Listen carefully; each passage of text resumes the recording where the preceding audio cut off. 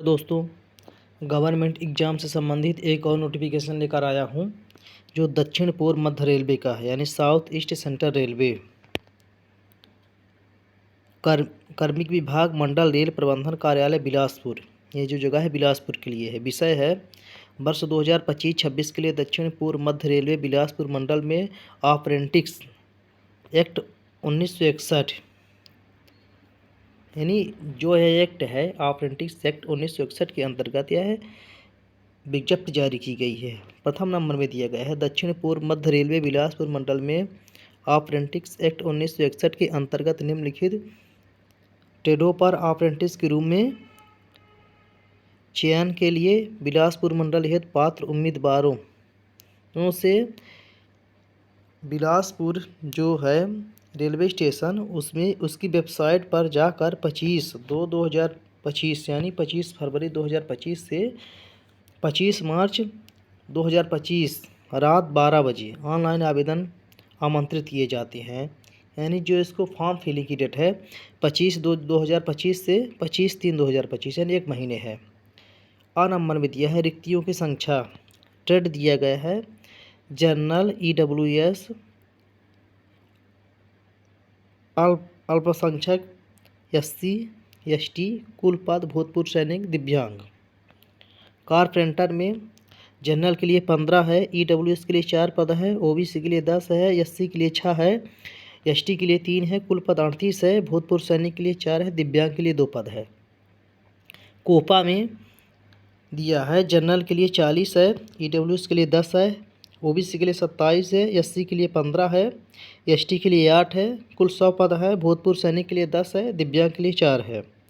तीसरे नंबर में draughtsman civil, इसमें जनरल के लिए 4 है, EWS के लिए 1 है, OBC के लिए 3 है, SC के लिए 2 है, ST के लिए 1 है, टोटल 11 पद है। भूतपूर्व सैनिक के लिए 1 पद है।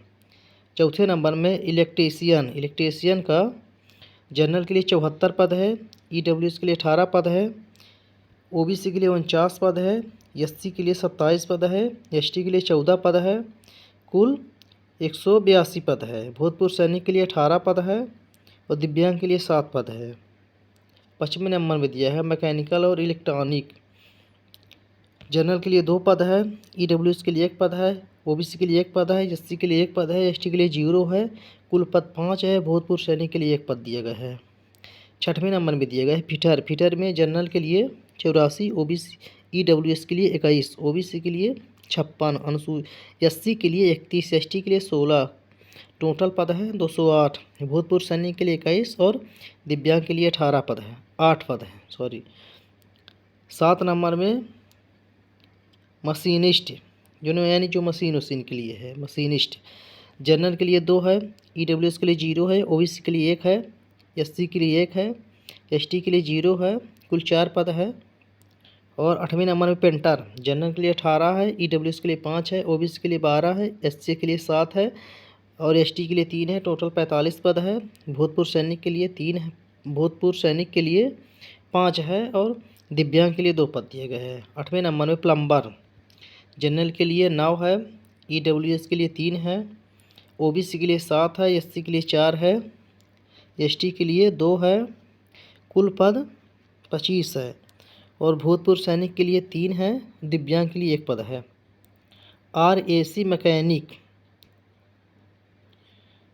जनरल के लिए 16 है, EWS के लिए 4 है, OBC के लिए 11 है, SC के लिए 6 है, ST के लिए 3 है, टोटल 40 पद है। भूतपूर्व सैनिक के लिए 4 है, दिव्यांग के लिए 2 पद है।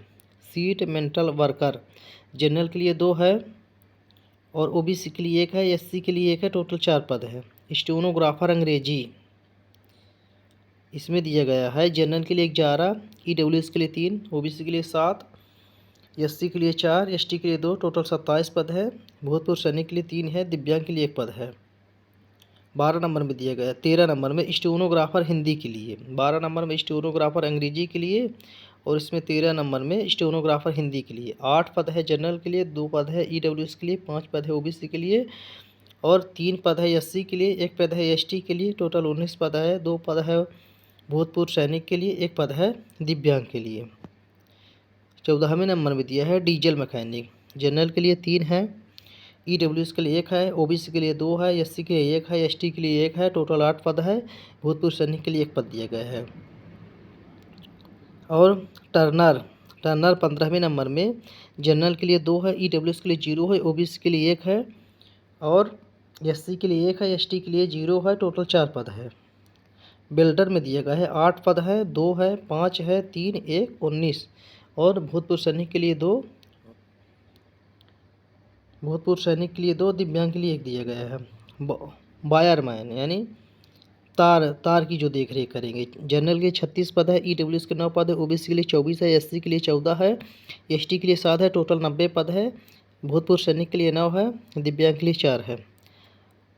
रासायनिक प्रयोगशाला सहायक जनरल के लिए 2 है, ईडब्ल्यूएस के लिए कोई पद नहीं है, ओबीसी के लिए 1 पद है, एससी के लिए 1 पद है, एसटी के लिए 0 है और टोटल 4 पद है। दिव्यांग और भूतपूर्व सैनिक के लिए कोई पद नहीं है। डिजिटल फोटोग्राफर के लिए जनरल के लिए 1 पद है, ईडब्ल्यूएस कोई नहीं है, ओबीसी के लिए 1 है, एससी के लिए नहीं है, एसटी के लिए नहीं है, टोटल 2 पद है। जो टोटल जनरल के पद है 337, ईडब्ल्यूएस के लिए 84, ओबीसी के लिए 224, एससी के लिए 128, एसटी के लिए 62, टोटल 835 और इसमें भूतपूर्व सैनिक के लिए 84 और दिव्यांग के लिए 33 पद है। दूसरे नंबर में दिया गया है शैक्षणिक तकनीकी योग्यता। आ नंबर में अभ्यर्थी को 10वीं +2 यानी 10वीं और 12वीं शिक्षा पद्धति के तहत 10वीं की मैट्रिक इसके समकक्ष परीक्षा उत्तीर्ण होनी चाहिए, यानी 10वीं पास होना चाहिए और 12वीं पास होना चाहिए। और दूसरे नंबर में किसी भी मान्यता प्राप्त संस्था से संबंधित ट्रेड है जो 19 पद दिए गए हैं, इनसे संबंधित ट्रेड में ITI की परीक्षा उत्तीर्ण होना चाहिए। इसमें आयु संबंधित दिया गया है। आयु में दिया गया है अभ्यर्थी की आयु 25/3/2025 से 15 वर्ष से कम तथा 24 वर्ष से ज़्यादा नहीं होनी चाहिए। अधिकतम आयु में ST SC उम्मीदवारों को 5 वर्ष एवं अल्पसंख्यक पिछड़ा वर्ग यानी OBC के लिए 3 वर्ष, दिव्यांग एवं भूतपूर्व सैनिक के लिए 10 वर्ष छूट दी जाएगी। इसमें जन्म तिथि के अनुसार आय कैटेगरी दिया गया है। उम्र में छूट जाति प्रमाण पत्र यानी जाति प्रमाण पत्र इसमें जो लगाएंगे उससे संबंधित दिया गया है। अप्रेंटिस प्रशिक्षण की अवधि एवं छात्रवृत्ति चयनित अभ्यर्थी प्रशिक्षक के रूप में लगाए जाएंगे तथा उन्हें केवल 1 वर्ष की अवधि के लिए, ये मतलब जो उम्मीदवार इसमें चयन किए जाएंगे 1 वर्ष की अवधि के लिए, उनमें 1 वर्ष की अवधि के लिए रखा जाएगा। दूसरा है चयन प्रक्रिया। प्रवीणता सूची बनाने हेतु निम्नलिखित मापदंड अपनाए जाएंगे। अभ्यर्थी द्वारा मैट्रिक न्यूनतम 50% अर्हता हेतु आवश्यक होगा, यानी 10वीं के जो 50% अंक है न्यूनतम 50% होना चाहिए। ITI में प्राप्त अंकों के प्रतिशत के समानता देखते हुए प्रवीणता सूची जारी की जाएगी, यानी 10वीं के अंक और ITI के प्रतिशत को देखते हुए इसमें सूची जारी की जाएगी। अभ्यर्थी आवेदन करते समय अपने 10वीं और ITI के अंक को पोर्टल पर योग्यता सेक्शन में निश्चित रूप से भरें, अन्यथा आपके आवेदन पर विचार नहीं किया जाएगा तथा आपका आवेदन स्वतः निरस्त हो जाएगा। इसमें बहुत इंपॉर्टेंट यह दिया गया है चयन प्रक्रिया में कि अभ्यर्थी जो है 10वीं और ITI के अंक पोर्टल में उसमें लिखवाएं या प्रदर्शित करें, नहीं उसमें आवेदन अपने आप निरस्त हो जाएगा। अगर 10वीं और ITI का अंक नहीं दर्शाते हैं तो आवेदन निरस्त हो जाएगा। 6वें नंबर में दिया है चिकित्सक परीक्षण, यानी चयनित उम्मीदवारों को अप्रेंटिस अधिनियम 1961 के और परिशिष्ट नियम 1992 के पैरा 4 समय समय पर संशोधित के अनुसार निर्धारित प्रमाण पत्र में दस्तावेज सत्यापन के समय चिकित्सा प्रमाण पत्र लाने की सलाह दी जाएगी, यानी मेडिकल सर्टिफिकेट पर सरकार द्वारा अधिकृत केंद्रीय राज्य शासन के अस्पताल के सर्जन डॉक्टर राजपत्रित से, मतलब इसमें जो दिया गया है सर्जन यानी MBBS से आपका मेडिकल का जो प्रमाण पत्र है वो जारी होना चाहिए। 7वें नंबर पे दिया है संविदा।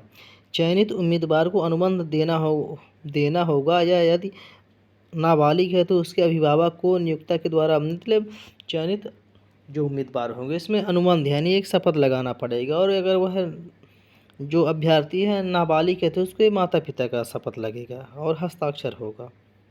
8वें नंबर में रोजगार की स्वीकृति का प्रस्ताव। 9वें नंबर है भूतपूर्व सैनिक। भूतपूर्व सैनिक में 10 वर्ष इसमें दिया गया है आरक्षण के लिए।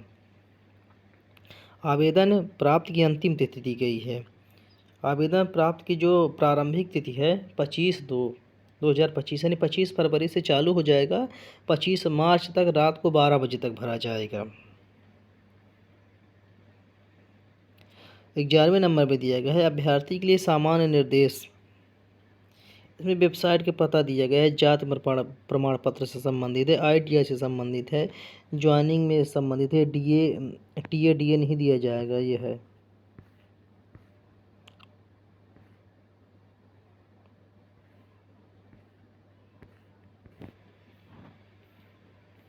यह पूरी जानकारी है। आप लोगों को यह जानकारी अच्छी लगे तो वीडियो को लाइक करें, कमेंट करें, शेयर करें तथा चैनल को सब्सक्राइब करें। धन्यवाद।